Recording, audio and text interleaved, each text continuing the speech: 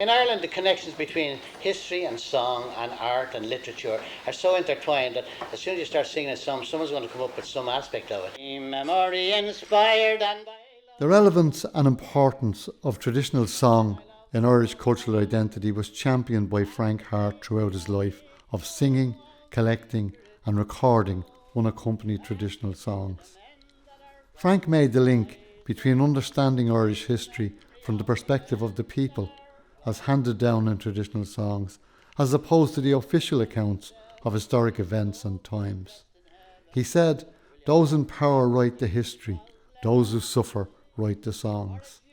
He believed songs only existed to be sung and was fond of quoting the line in Brendan Kennelly's poem Living Ghosts.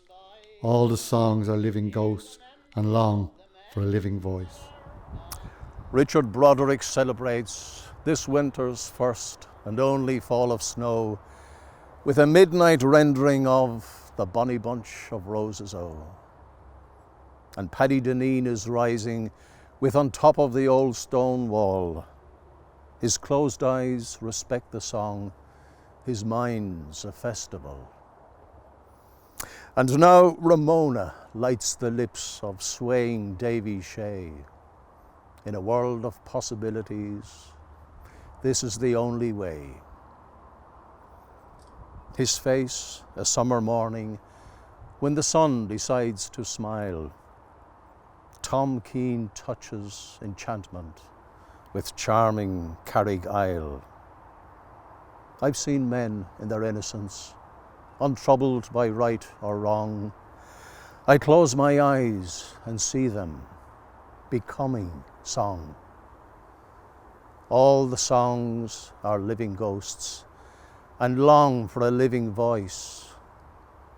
Oh, that another fall of snow bid Broderick rejoice. As I was walking through Dublin city, about the hour of 12 at night, it was there I saw a fair pretty female washing her feet by candlelight. Our first singer this morning is Siobhan Harte, the granddaughter of the great Frank Harte.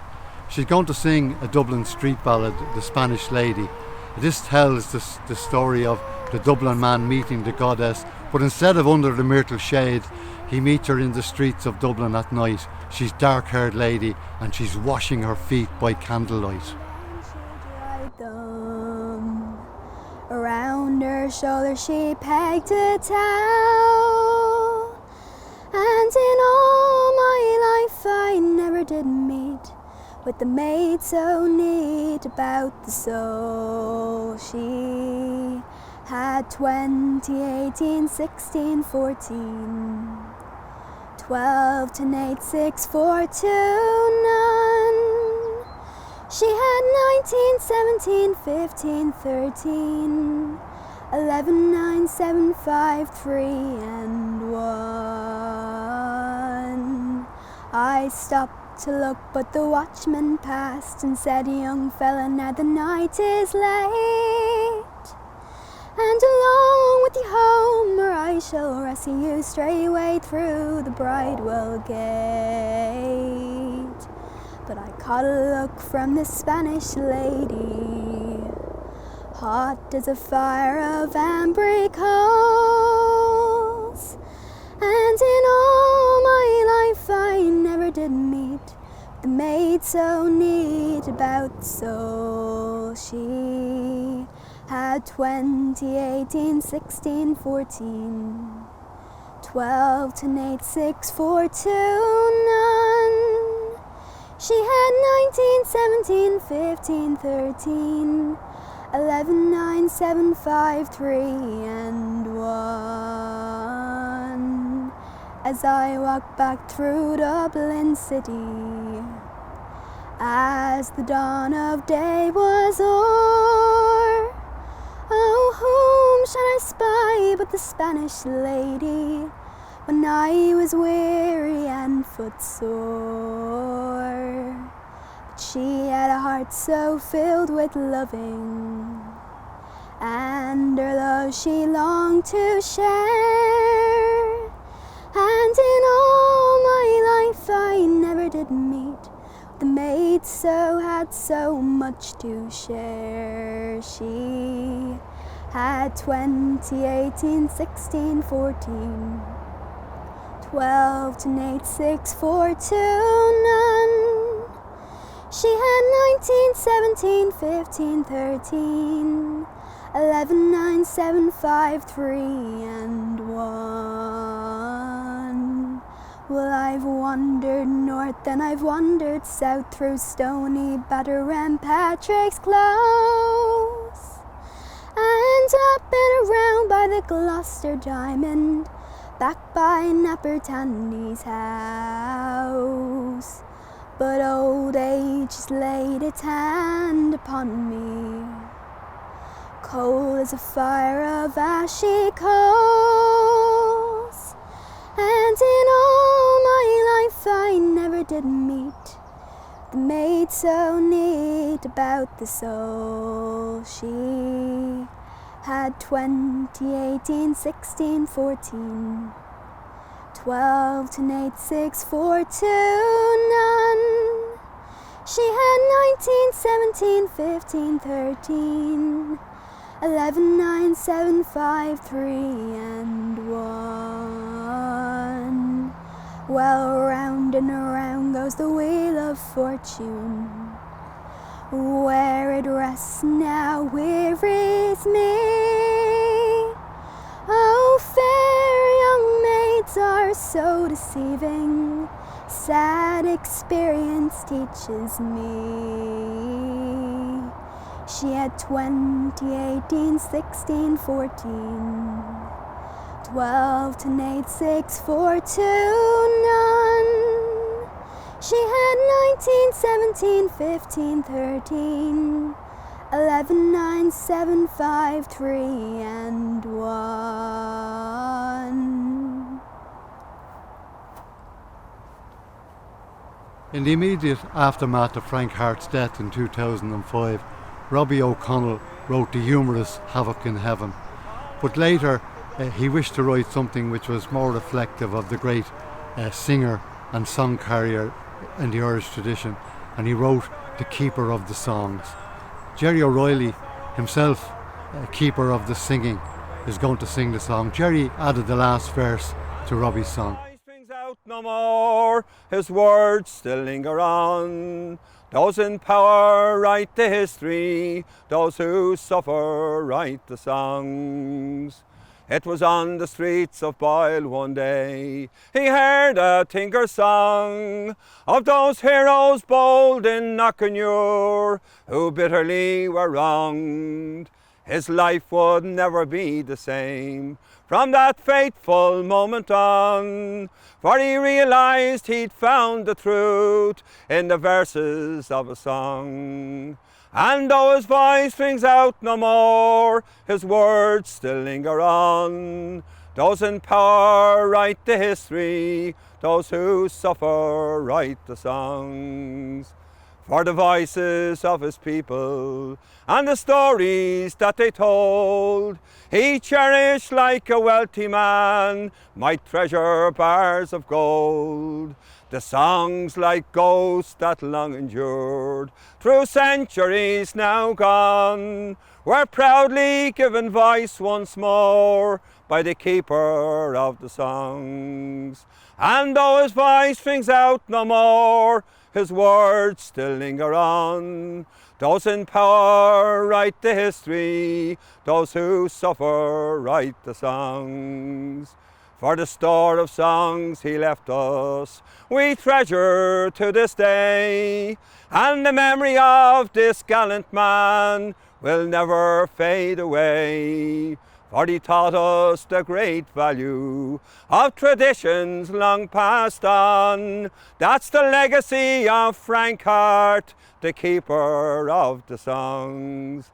And though his voice rings out no more, his words still linger on.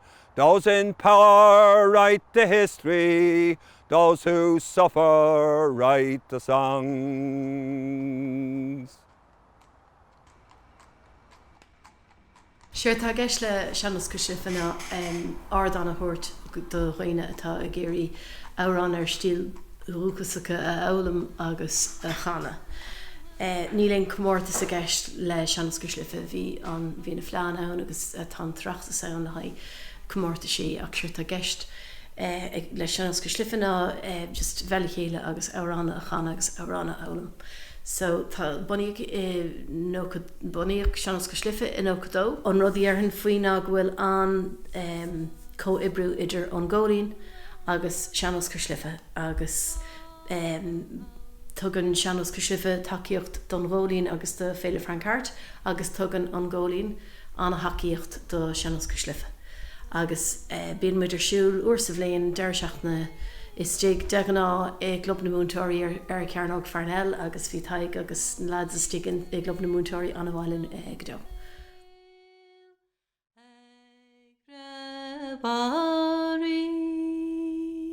Cos le chéile Gribh clán an tunis le fáil gan bhíl.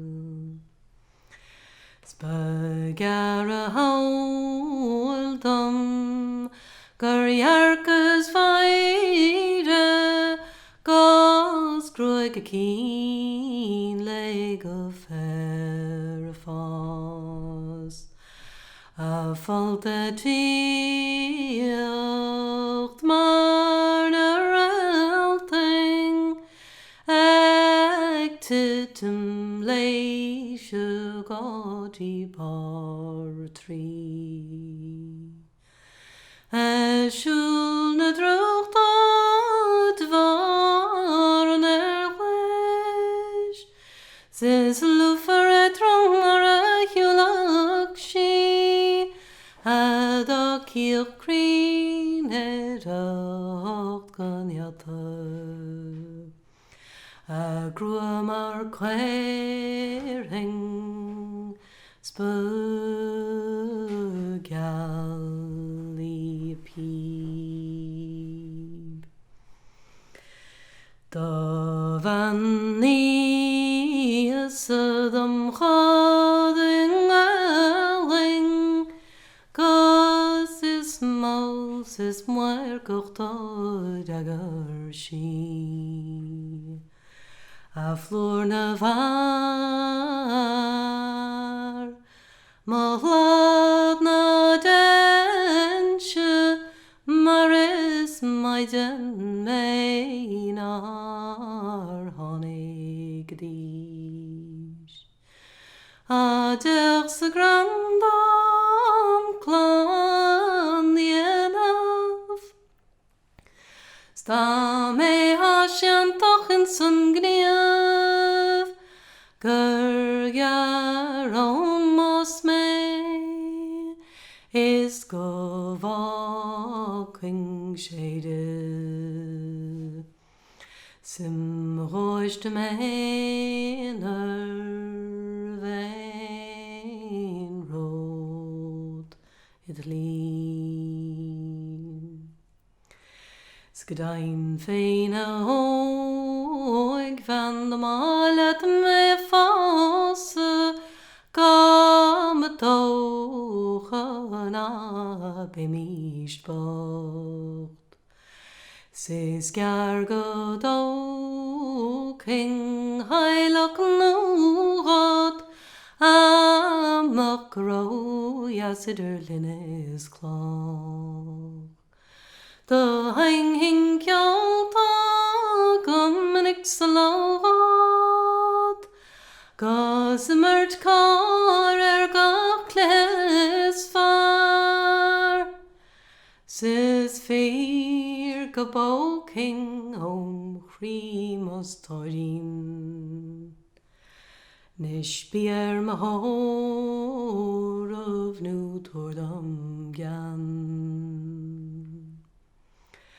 Stol agus má lamar go besach ó bunus téis go tí bar trí. San aig ag star go winning a King Bailín Traditional nor a food a song guriel she mochri the lay maran and archiav three larmas winter acher shignel me stu queen addiction ni varid me. I was asked to sing the song. I sung it last night again. I think it's probably one of the finest songs that I know, and it's certainly one of the finest songs of 1798. It's the Dunlavin Green.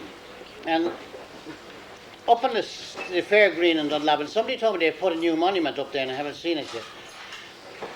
But there was 28 men from Dunlavin and 8 more from Narramore, tied together in twos, marched out to the fair green in Dunlavin and shot.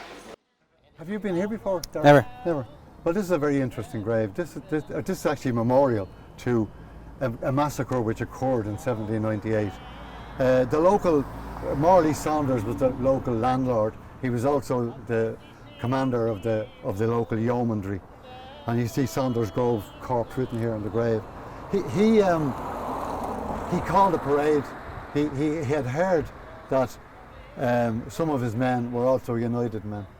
So the yeomanry was formed to defend Ireland against Napoleon if he had sent a French army. Mm-hmm. So he had heard they had some United men, so he called them all to parade. When they were at parade, he called the United men forward, and apparently one man stepped forward and gave all the other names. They were all rounded up, they were brought down to the market house, and the next morning, tied together 2 by 2, they were brought out onto the green here, and they were shot by yeomanry muskets. And now, if you take in mind, this is a local event. When Frank Harte talks about this song, he talks about it as being a local event in a major war where you had literally 30,000 United men killed in 1798.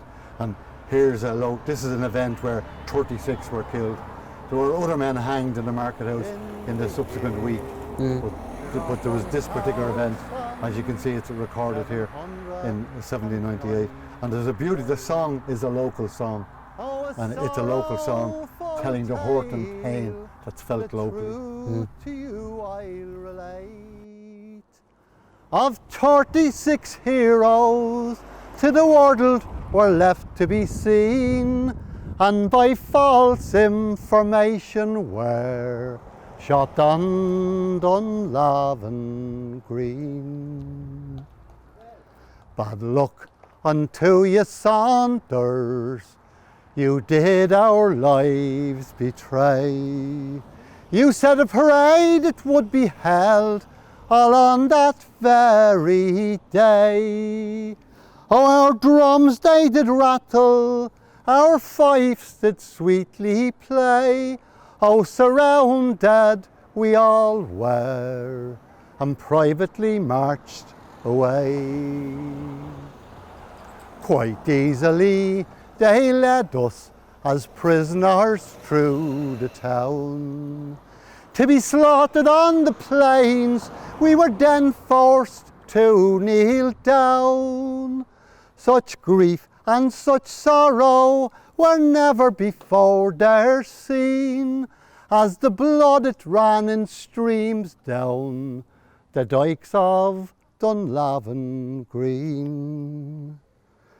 There's young Matthew Farrell has plenty of cause to complain, and also 2 Duffies who were shot down on the plain, and young Andrew Ryan, how his mother distracted did run for the murder of her own dear boy, her beloved eldest son.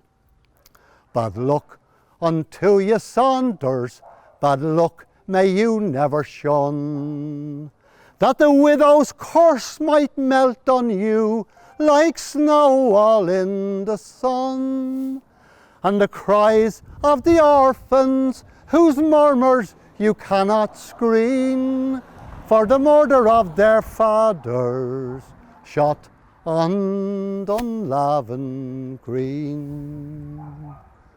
Some of the boys to the hills they are going away. More of them they are shot, and some are going to sea. Michael Dwyer, he's on the mountain, oh to Saunders he owes a spleen, for the loss of his brothers, all on Dunlavin Green. In Bodenstown churchyard there is a green grave, and freely around it the wintry winds range. Small shelter, I ween, are the ruined walls there, when the storm sweeps down o'er the plains of Kildare. Once I lay on that sod that lies over Wolftown, and thought how he'd perished in prison alone, his friends unavenged and his country unfreed. Oh, bitter, I cried, is the patriot's meed. And how in him the heart of a woman combined, a heroic spirit and a governing mind. A martyr for Ireland, his grave has no stone, his name seldom named and his virtues unknown. I was awoke from my dreams by the voice and the tread of a band that came into the home of the dead. They carried no coffin, they carried no stone, but they stopped when they came to the grave of Wolftown. And there were students and peasants, the wise and the brave, and an old man who knew him from cradle to grave, and some children who thought me hard-hearted when they on that sanctified sod were forbidden to play.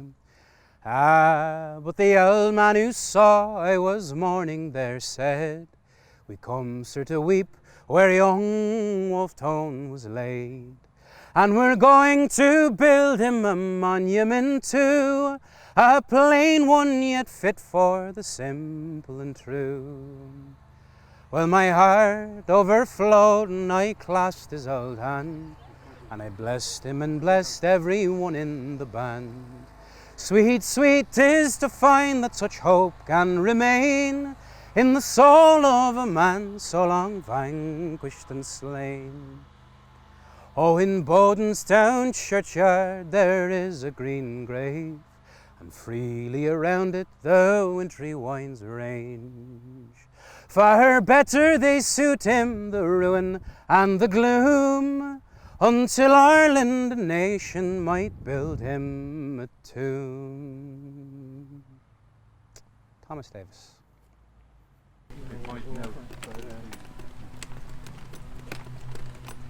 Amazing how many things he was involved in. Oh, he was an extraordinary guy, wasn't he? And I mean, everything he did was done to the quiet standard.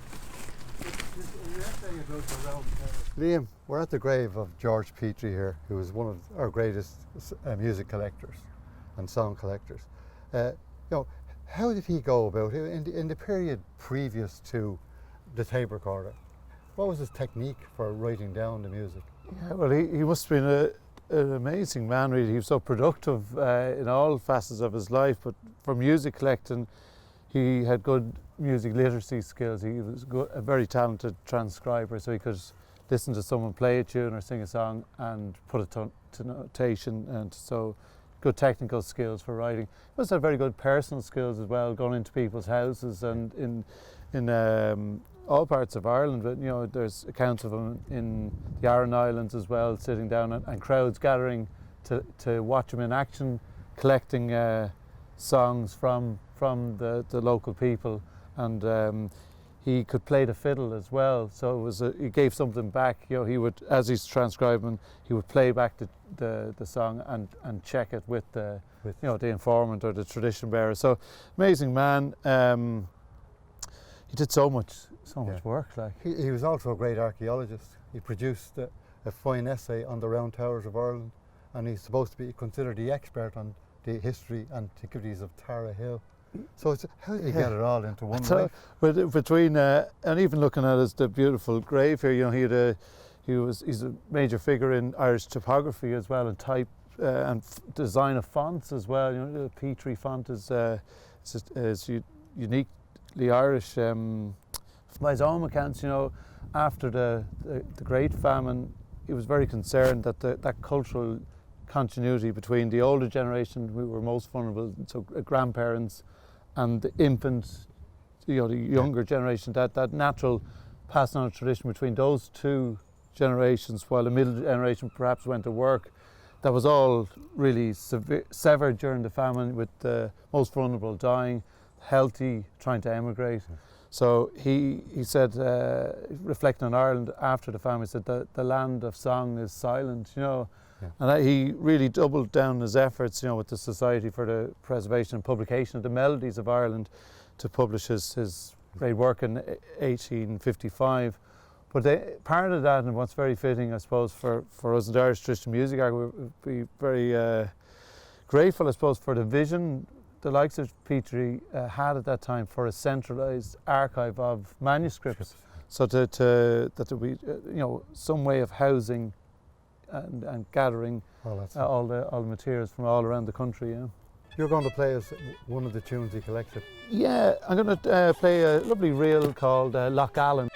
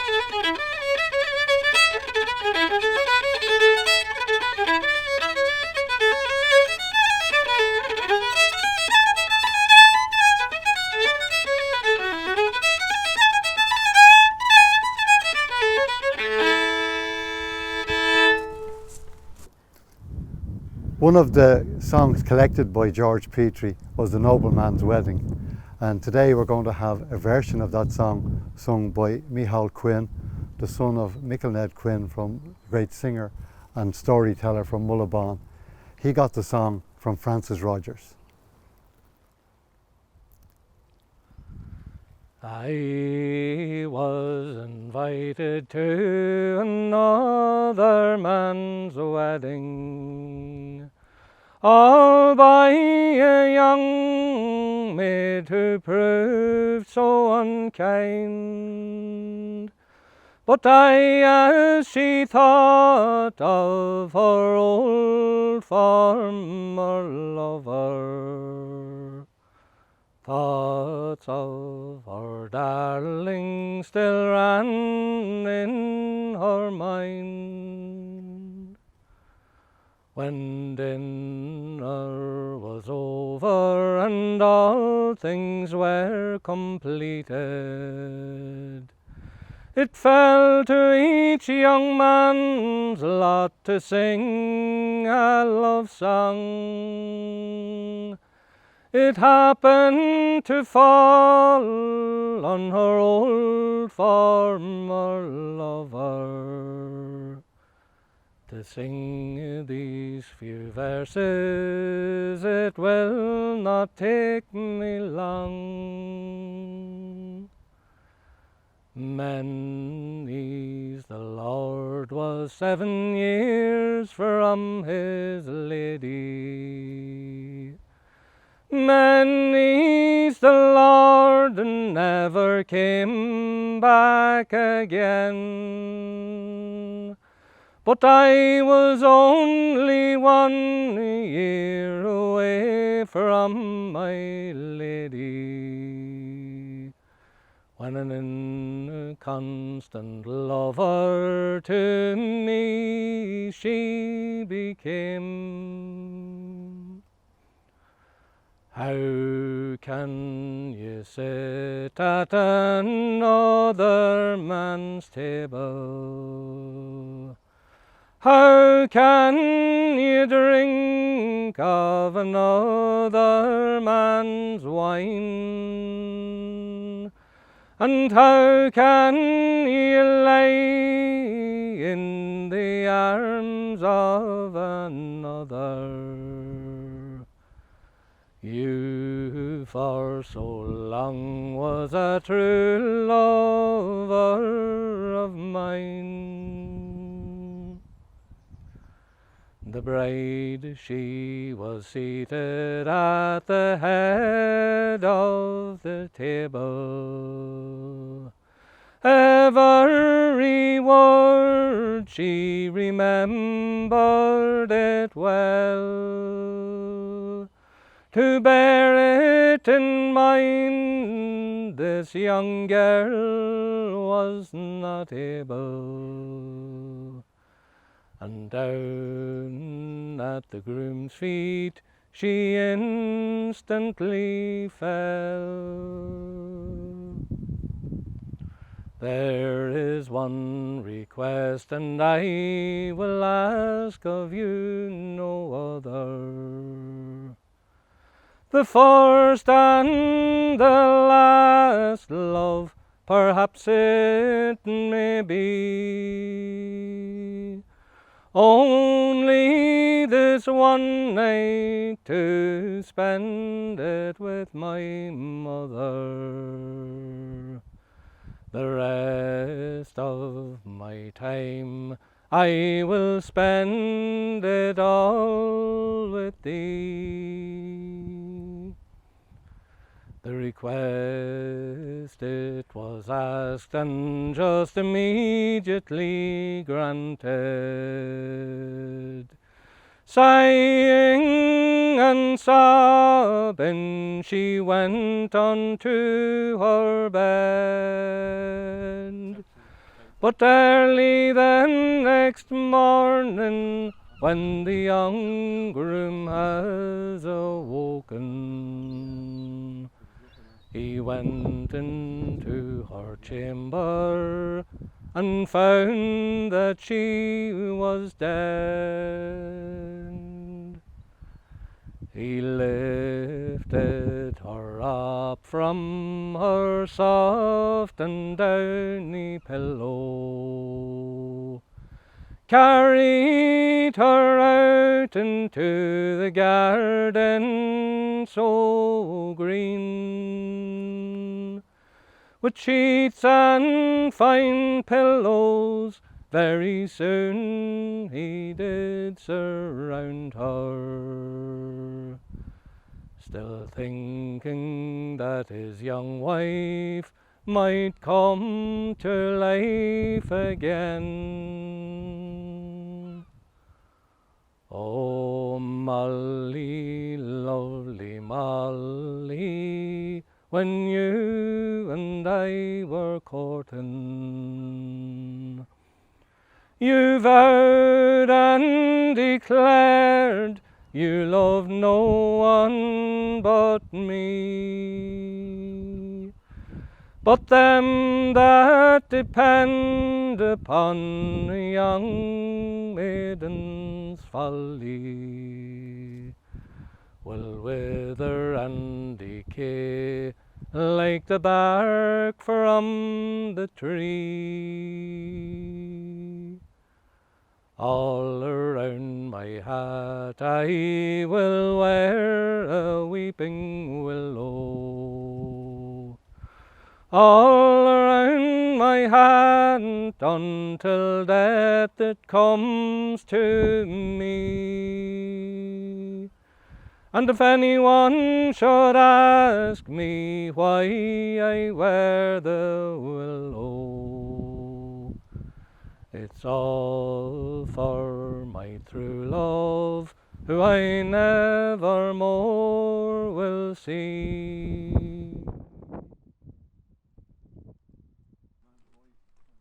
We have come here to a remote part of Mount Jerome Cemetery to visit the grave of Ireland's first great traditional music collector, Edward Bunting. One of the noted tunes that Edward Bunting collected was O'Carlin's Concerto, and in his honour it's going to be played for us now by Góilín stalwart, singer and harpist Brenda Ní Riordan, who collected it from her mother Kay Johann O'Riordan when she was a young child.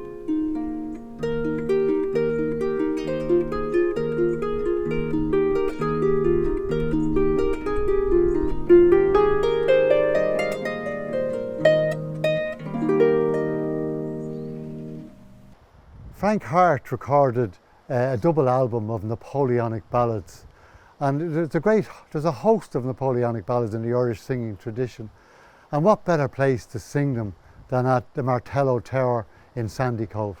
And of course it also has great links with James Joyce, whose work was also greatly influenced by Irish traditional song.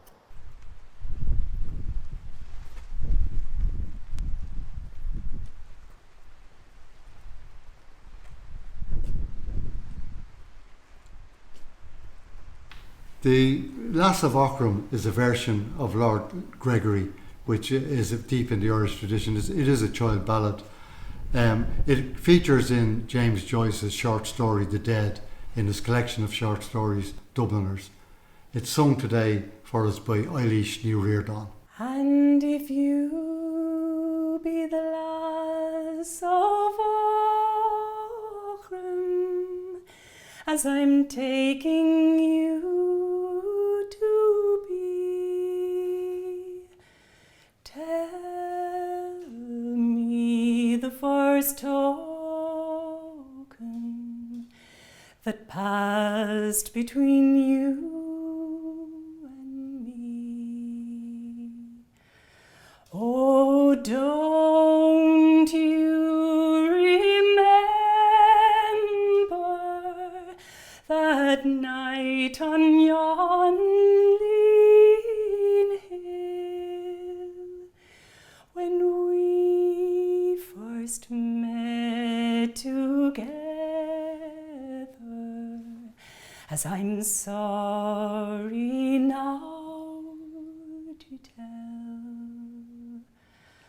Oh, the rain falls on my heavy locks, and the dew, it wets my skin. My babe lies cold within my Oh, Gregory, let me in. Oh, Gregory, don't you remember that night on yon lean hill when we swapped rings off each other's hands, sorely against my will? Yours was of the beaten gold, and mine was bought black tin. Yours cost 10 guineas, love, and mine was bought 1 cent. Oh, don't you remember that night on yon lean hill when we swapped smocks of each other's backs, sorely against my will? Yours was of the Holland fine, and mine was bought Scotch cloth. Yours cost 1 shilling, love, and mine was bought 1 groat. Oh, don't you remember that night in your father's hall when you stole away my fond heart, and that was worst of all? Who'll comb your yellow locks with a brown and berry comb? Who'll be the babe's father till Lord Gregory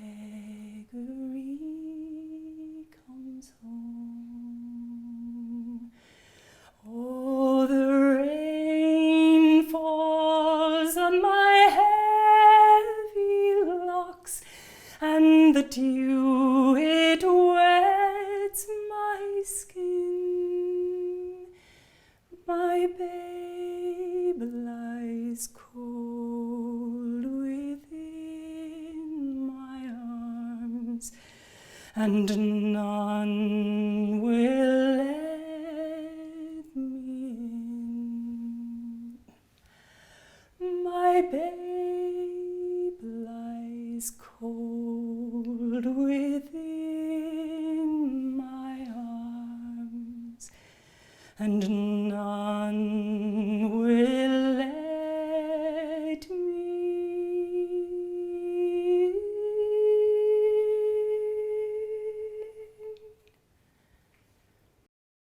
Our next song is sung by Alison O'Donnell. Its title is By Memory Inspired. It tells the story of the 98 leaders who were executed between 1798 and 1803. It also gives the names of those who betrayed them. Patriotic gloom, a high spirit must bestow. Here's a tribute to the men that are gone, boys gone. Here's a memory to the men that are gone.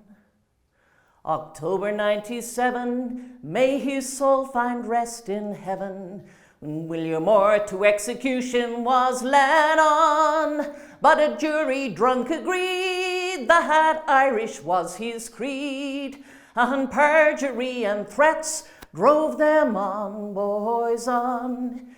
Here's a memory to the friends that are gone. 98 the month July, an informer's pay was high, when Reynolds gave the jury proud McGann. But McGann was Reynolds first, one could not allay his thirst. So he sent up bond and burn that are gone, boys gone. Here's a memory to the friends that are gone. We saw a nation's tears shed for John and Henry Shears, betrayed by Judas Captain Armstrong. We may forgive, but yet we never can forget the fate of Tone and Emmett that are gone, boys gone. Here's a memory to the men that are gone. How did Lord Edward die? Like a man without a sigh. But he left his handiwork on Major Swan, and Sir with steel-clad breast and a coward's heart at best, gave us cause to mourn Lord Edward that is gone, boys gone. Here's a memory to the men that are gone. September 1803 closed this cruel history, when Emmett's blood the scaffold flowed upon. Those heroes died that we might yet our freedom see. Here's a memory to brave men that are gone, boys gone. Here's a memory to the men that are gone. The next song here is The Isle of St. Helena. It's sung by Stuart Carlin, the grandson of Mary Ann Carlin from Tinure near Drogheda. It's the end game for Napoleon took place on the Isle of St. Helena, and this song recounts the intrigue. Now Boney's away from his warring and fighting. He has gone to a place where there's naught can delight him. He may sit there and dwell on the glories he has seen, oh, while forlorn he will mourn on the Isle of St. Helena. No more in St. Cloud will he appear in great splendor, nor come forth from the crowd like the great Alexander. He may look towards the east while he thinks upon Lucana, but his heart is full of woe on the Isle of St. Helena. Now the wild rushing waves around the shores they are washing, and the white billows heave on the rocks they are crashing. He may look o'er the lane from the great Mount Diana, but his eyes are on the waves that surround St. Helena. Oh, Louisa, she weeps for her husband departed, and she dreams while she sleeps and awakes broken hearted. Not a friend to console her. In the past there were so many. Now alone she does mourn, while she thinks of Saint Helena. O you that have great wealth, then beware of ambition. For with one shift of fate could soon change your condition. And be steadfast in time, what's to come change you cannot. Maybe your race will end on the Isle of Saint Helena. O you parliaments of England, and you holy alliance, on a prisoner of war you can now hard defiance. With all your base intrigue, you never could demean him, but you exiled him to die on the Isle of Saint Helena. Now Boney's away from his warring and fighting. He has gone to a place where there's naught can delight him. He may sit there and dwell on the glories he has seen, oh, while forlorn he will mourn on the Isle of Saint Helena.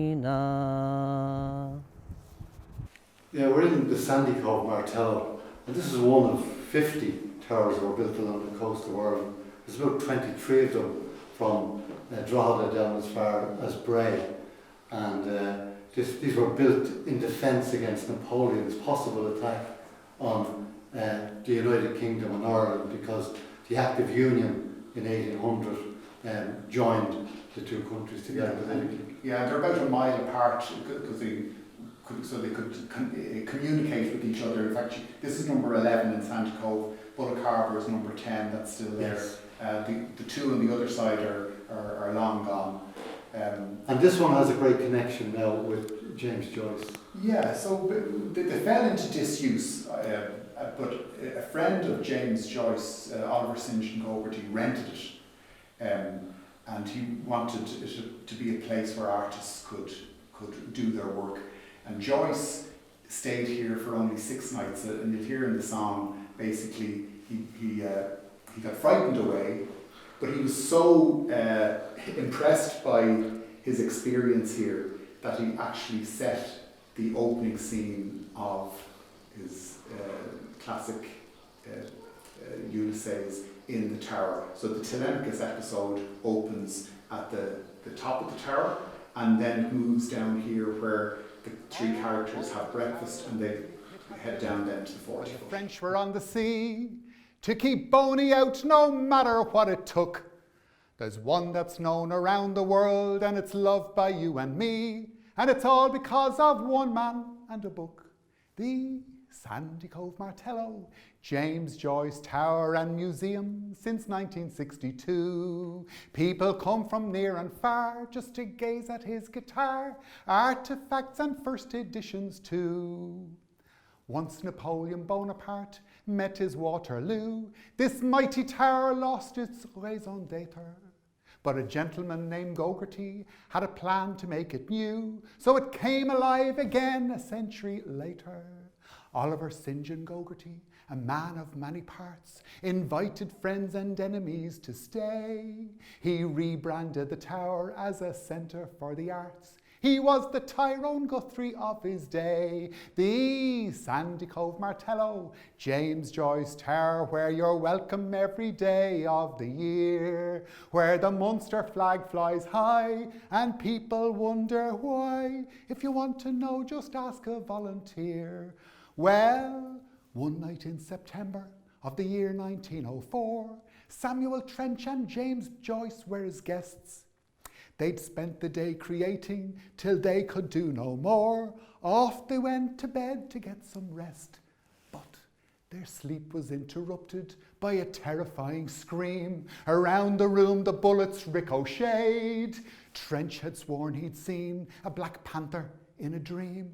Joyce could take no more and ran away from the Sandy Cove Martello, James Joyce Tower and Museum since 1962, with walls 8 foot thick, made with granite, not with brick, artifacts and first editions too. So Ulysses was written in cities far away, and we celebrate its genius every year.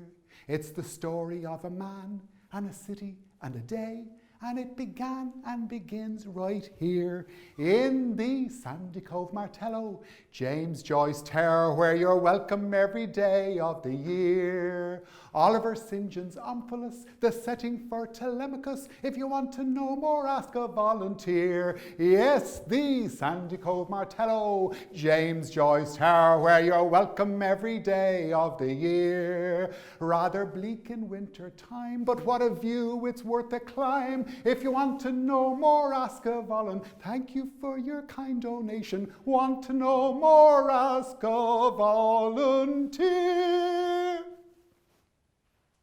This next song is titled the 18th of June, of course, which is the infamous date of the Battle of Waterloo, where over 60,000 men lost their lives. It's sung for us by Mary McNeilis. The trials of war, never knowing the danger of battle, and are safe with your family secure. Know you the long scythe of destruction has been sweeping the nations all round, but it never yet cut with the keenness as it did on the 18th of June. And what a sad heart had poor Boney to take up instead of a crown, as he cantered from Brussels to Paris, lamenting the 18th of June. While Britain, as bold as a lion, made all shake around with her roar, she conquered the regions against her, till there was to conquer no more. And great was the tumult on both sides, and great was the number cut down, and its many's a one will remember with sorrow the 18th of June. It began about 5 in the morning, and it lasted till 7 at night. All the people stood round in amazement. They had never yet seen such a sight, and the thunder of 500 cannon proclaimed that the battle was on. And the moon and the sky overshone all, recording the 18th of June. And what a sad heart had poor Boney to take up instead of a crown, as he cantered from Brussels to Paris, lamenting the 18th of June. All you widows whose love died in battle, and who daily must wear the black gown, it's 1,000 to 1 I will lay you. Your love died on the 18th of June. 60,000 stout-hearted brave mortals, they died and their bodies lay strewn midst the ruin and destruction of the battle that befell on the 18th of June. And what a sad heart had poor Boney to take up instead of his crown. And there's many's a girl will remember with sorrow the 18th of June. This next song is The Bonny Light Horseman. It's sung by Fergus Russell. It's a great favourite in the Góilín. Frank Harte, he collected this song from Mary Ann Carolan from Tenure near Drogheda. It's a great favourite, as I said, in the Góilín. All over the land he levelled his cannon, the whole victory to gain, and he slew my light horseman returning from Spain. Broken hearted I will wander for the loss of my lover. He is my bonny light horseman, in the war he was slain. Oh, if you saw my love and sentry on a cold winter's day, with his red rosy cheeks and his colours so gay, all mounted on horseback, the whole victory to gain. And it's all over the battlefield, my love he did range. Broken hearted I will wander for the loss of my lover. He is my bonny light horseman, in the war he was slain. Oh, the dove she laments for her mate as she flies. Tell me where, oh, tell me where is my darling, she cries, and where in this wide world is there one can compare to my bonny light horseman, so handsome and fair. Broken hearted I will wander for the loss of my lover. He is my bonny light horseman, in the war he was slain. Oh, and if I were a blackbird and I had wings to fly, I would fly to the spot where my true love does lie, and with my little fluttering wings his wounds I would heal. And it is all the long night on his breast I'd remain. Broken hearted I will wander for the loss of my lover. He is my bonny light horseman, in the war he was slain.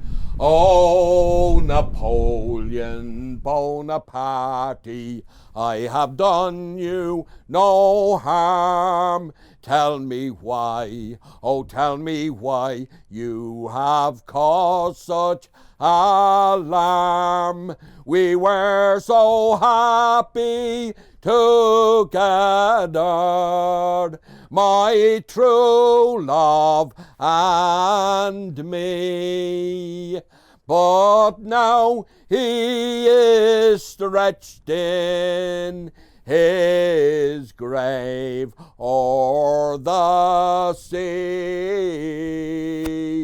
Broken hearted I will wander for the loss of my lover. He is my bonny light horseman, in the war he was slain. The nation's tears shed for John and Henry Shears, betrayed by Judas Captain Armstrong. We may forgive, but yet we never can forget the fate of Tone and Emmett that are gone, boys, gone. Here's a memory of the men that are gone. How did Lord Edward die? Like a man without a sigh, but he left his handiwork on Major Swan.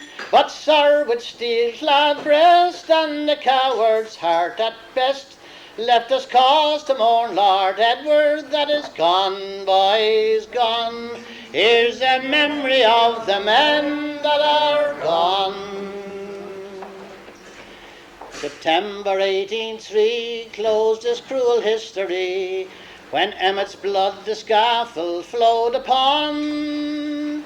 We may forgive, but yet we never can forget the memory of the men that are gone, boys, gone. Here's a tribute to brave men who are